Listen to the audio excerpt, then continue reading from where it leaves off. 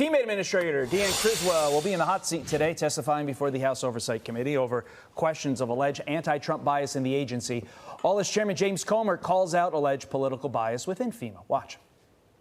It appears that this is a pattern of misbehavior by FEMA employees who were instructed, do not help people in affluent neighborhoods, do not help people with Trump signs in their yards or Trump flags or anything that would give the impression that they were not a supporter of the Democrat machine.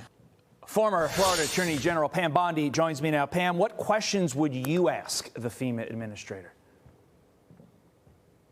Well, I think they need to find out if it's systemic, and it sounds like it is. Right now, there's one woman who, of course, has been fired and saying that she was a scapegoat, and it goes much higher than that.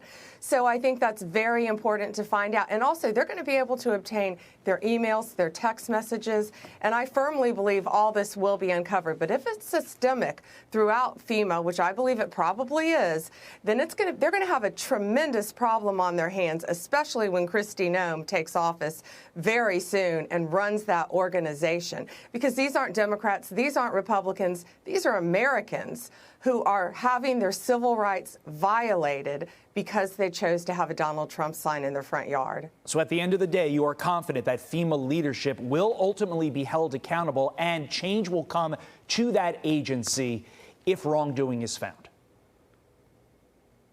Absolutely, and after January 20th, major change is going to come. Understood.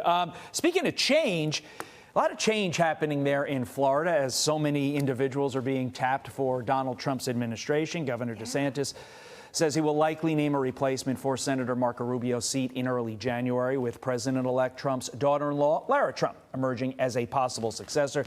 A long list of other individuals. I'm going to put you on the spot here, Pam. You are tapped in. You know Florida politics. You know how the game is played down there. Who's the front runner? You know, I don't know who the front runner is, but I know who's extremely qualified, and that's Lara Trump. I know her very well. She is a proven leader. I worked with her and Mike Whatley on the RNC. They helped stop this voter fraud throughout the country. They got the vote out. They protected the vote. No one works as hard as Lara Trump. I can't be objective because she's also my friend. She's a mom. She's a great wife, and she would be a tremendous leader for the state of Florida. And we're blessed to have Lara in our state with us. Other individuals being under consideration: Jeanette Nunez, Ashley Moody, Jose Oliva, James Utmeyer, just to name a few.